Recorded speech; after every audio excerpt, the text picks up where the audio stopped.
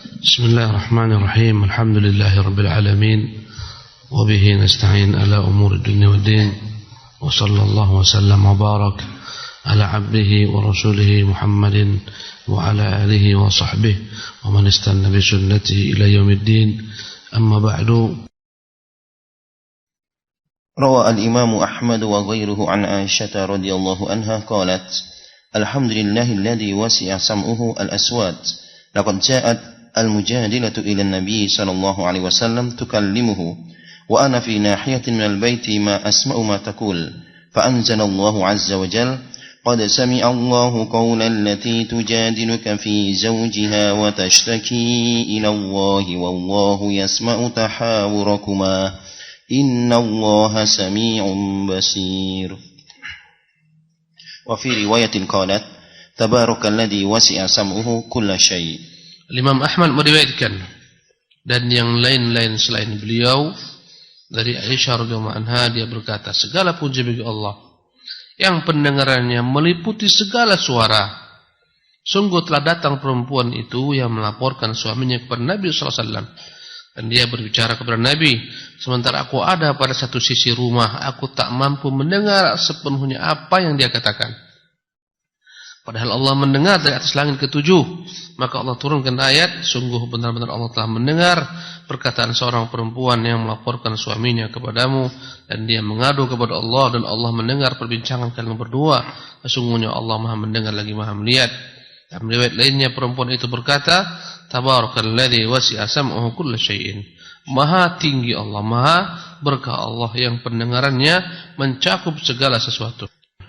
Balau qamal jinnu, sekiranya seluruh bangsa jin, wal ins, seluruh bangsa manusia, ya, kulluhum min awwalihim ila an yarithallahu al-ardha wa man 'alayha fi sa'idin wahidin, jika dikumpul atau berkumpul seluruh bangsa jin, seluruh bangsa manusia dari awal hingga akhir zaman, hingga bumi ini Allah Subhanahu wa taala mewarisinya, maksudnya hari kiamat, mereka semuanya dikumpulkan dalam satu saf, satu baris.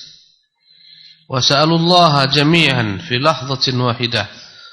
Ya, jika dikumpulkan seluruh manusia sejak diciptakan manusia Adam, sejak diciptakan bangsa jin, seluruhnya dikumpulkan sampai hari kiamat, diberdirikan di satu tempat dalam satu baris, dan setiap orang meminta kepada Allah Subhanahu wa taala dalam satu waktu. Wa kullun arada hajatahu, setiap makhluk itu menghadapkan kepada Allah segala hajatnya. Wa kullun tahaddatsa bilahjatihi, setiap makhluk itu bicara dengan bahasanya, ya, dengan lahjatnya, dengan logatnya, wa lugatihi, dengan bahasanya. Ya, manusia berapa miliar jumlahnya, berapa bahasa. Di negeri kita ratusan bahasa. Batak aja bercabang-cabang, ada bahasa Batak Karu, Batak Pak-Pak, ya, Batak Mandailing, Batak Nias, dan seterusnya. Baru satu. Ya, logatnya pun Sunda, banyak logatnya. Subhanallah. Baru satu negeri, bagaimana satu dunia. Betapa banyak bahasa di dunia ini. Betapa banyak dialek di dunia ini. Ya. Berapa miliar jumlah manusia, berapa banyak jumlah jin. Semua bahasa, semua berbicara dengan lahjahnya, dengan dialeknya, dan dengan bahasanya. La sami'ahum ajma'in. Pastilah Allah dapat mendengarkan semua yang mereka katakan, semua yang mereka minta. Duna an yakhtalita alaihi sautun bi sautin, tak perlu harus bercampur baur suara dengan suara lainnya sebagaimana kita. Au lughatun bi lughah, tak perlu bagi Allah Subhanahu wa taala khawatir kita bercampur baur antara bahasa dengan bahasa.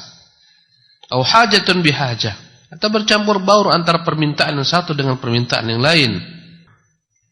Wa min ad-dalaili ala hadza, dan dalil tentang hal ini bahwasanya Allah mampu mendengar seluruh suara makhluknya, manusia maupun jin, ya, adalah perkataan Allah Subhanahu wa taala yang termaktub dalam hadis qudsi, wahai hamba-hambaku, sekiranya orang yang pertama kali kuciptakan hingga yang paling akhir, bangsa manusia, bangsa jin, semua berdiri dalam satu baris, Semuanya meminta kepadaku dan aku memberikan setiap orang apa yang dia minta. Allah tak akan pernah sedikit pun kurang baginya. Tak akan pernah mengurangi sedikit jua pun daripada kerajaanku, kecuali sebagaimana berkurangnya air laut ketika dimasukkan padanya jarum. Andai kata masukkan jarum, tariklah jarum tersebut, berkurang enggak air laut? Berapa yang menempel di jarum? Masukkan jarum, tarik, paling yang menempel hanya sedikit sekali, ya, di dalam jarum tersebut. Dan air laut tak pernah berkurang ketika dimasukkan kepadanya jarum. Subhanallah. Artinya ketika seluruh makhluk yang jumlahnya hanya Allah yang tahu, bangsa jin yang begitu banyak jumlahnya, bangsa manusia, dari awal hingga akhir semuanya meminta, semua Allah kabulkan, tak ada yang enggak dikabulkan. Apapun yang mereka minta dikabulkan. Tak pernah mengurangi kekayaan Allah Jalla wa'ala. Paling-paling berkurangnya kerajaan Allah dari permintaan mereka, bagaikan berkurangnya air laut ketika dimasukkan kepadanya apa? Jarum. Tuhan kita Maha Kaya. Allahu Akbar. Kadang-kadang kita banyak berprasangka jelek kepada Allah, padahal Dia Maha Kaya, senantiasa melimpahkan rezekinya. Kita selalu bersuudzon, berprasangka jelek kepada Allah Subhanahu wa taala. Ya, kita khawatir tak makan, kita khawatir tak dapat rezeki, kita khawatir rezeki seret, kita khawatir banyak kekhawatiran. Padahal Allah Maha Kaya, padahal Dia memang telah mengatur rezeki kepada kita. Tak semua Dia serahkan, tapi Dia atur dengan ketentuan yang telah Dia takar agar kita mampu menerimanya.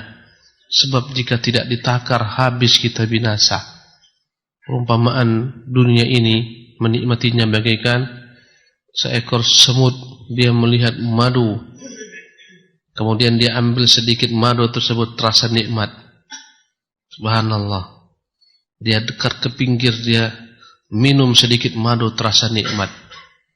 Tak sabar akhirnya nyemplung ke dalam madu, mati dia, tak bisa keluar daripada madu. Begitulah dunia ini, nikmat karena kita ambil sedikit-sedikit.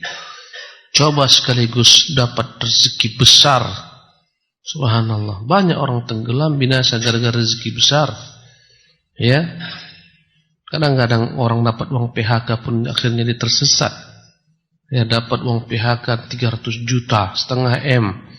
Ya, akhirnya dia di setengah M juga, dia setengah modar. Tak mampu dia, ya, menggunakan dengan baik dan benar. Maka syukur nikmat yang sedikit-sedikit itu. Kadang-kadang kita menggerutu, payah pasar, sepi pasar, rezeki seret, selalu menggerutu, gaji tak naik-naik. Subhanallah. Padahal itu yang Allah tentukan, ya, yang terbaik bagi kita kala itu. Subhanallah. Jadi itulah kata Allah Jalla wa'ala. Aku berikan setiap mereka apa yang mereka minta, tak mengurangi kerajaanku, kecuali hanyalah bagaikan berkurangnya air laut ketika dimasukkan padanya jarum. Dan dalam hadis yang dikeluarkan Bukhari Muslim, dalam kitab mereka Sahihain, dari jalur Abu Musa al-Asy'ari radhiyallahu anhu, dia berkata, suatu hari kami berserta Nabi sallallahu alaihi wasallam dalam satu perjalanan. Dan setiap kami ketika itu sedang bertakbir dengan suara tinggi.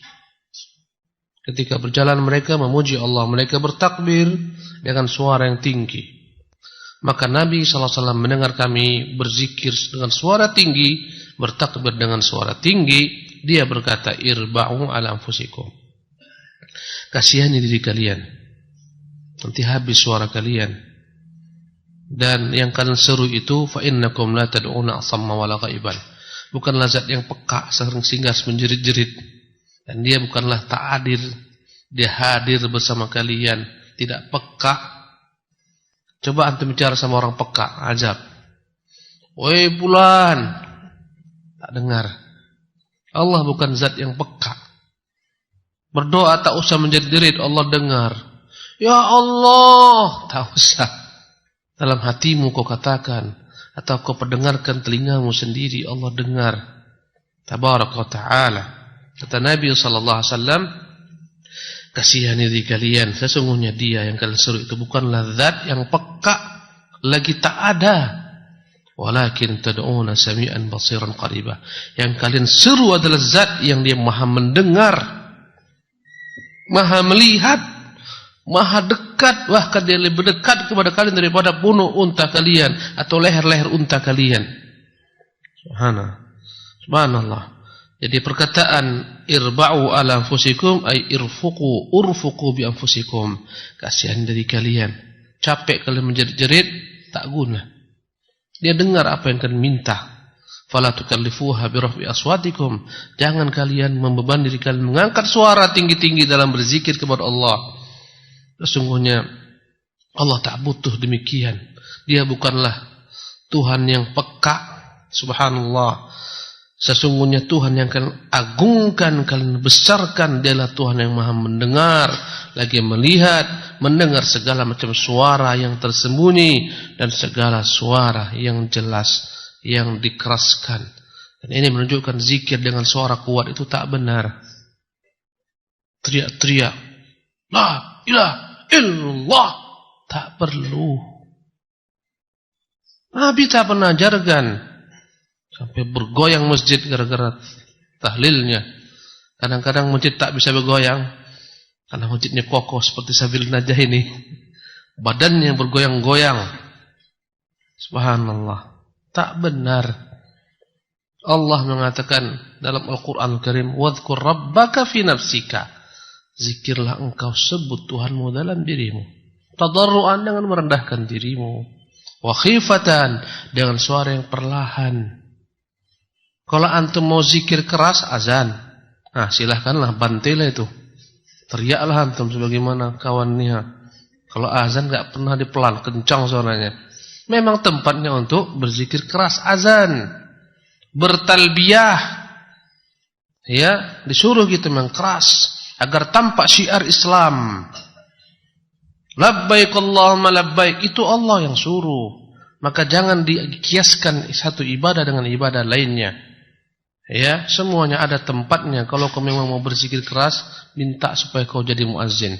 Azanlah, angkat suara keras-keras.